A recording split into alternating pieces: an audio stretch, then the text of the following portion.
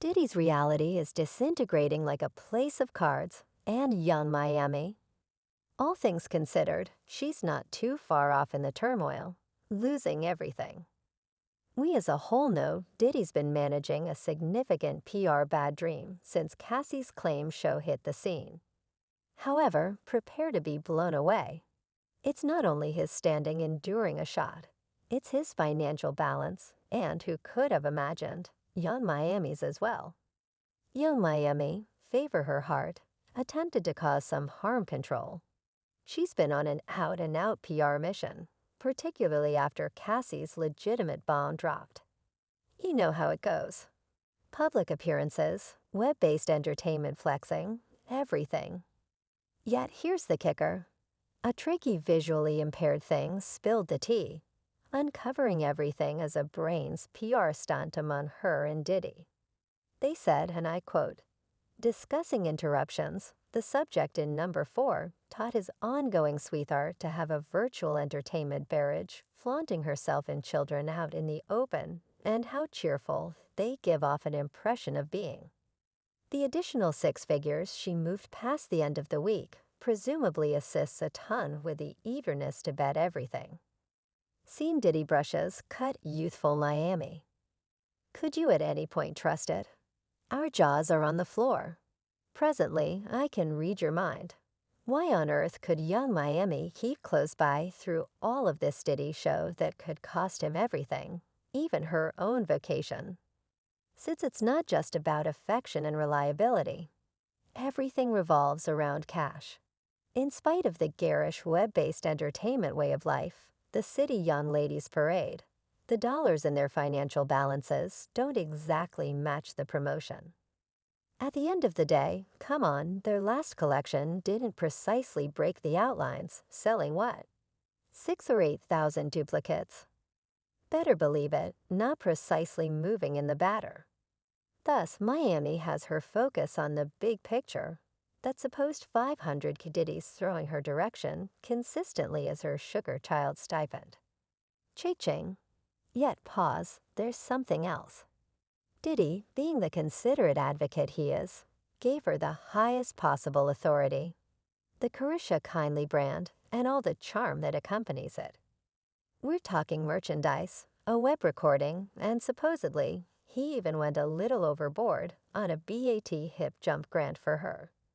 Discuss a friendly benefactor choice bundle. Thus she owes a ton to Diddy, and for however long he's standing tall, she's enjoying some real success. However, and here's the unexpected development, with Cassie's Claim approaching like a tempest cloud, things are going to move.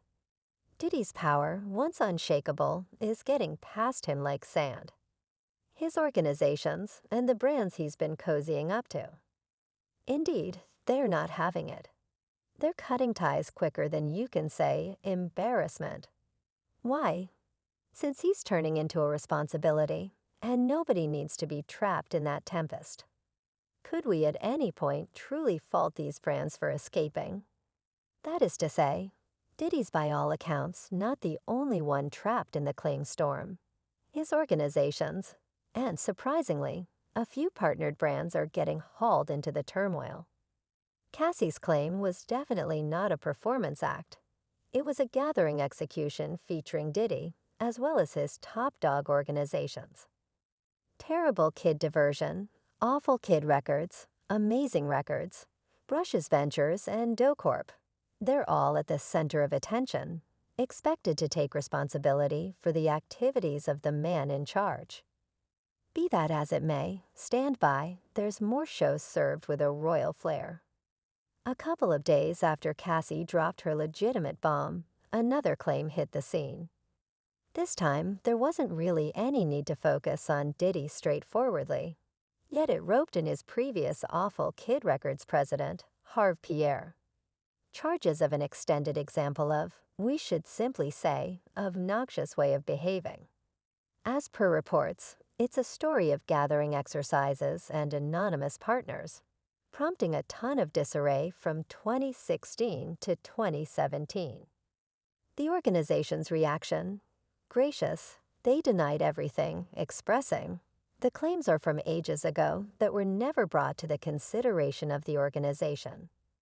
Neither the offended party nor the leader are current representatives of the organization.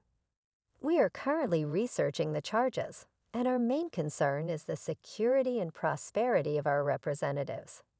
Exemplary harm control, correct? However, hold up in light of the fact that that is not the finish of Diddy's legitimate roller coaster. Two new claims have quite recently stirred things up around town and prepare to be blown away. Yet again, his organizations are in a tough situation as respondents. It resembles a lawful show on steroids.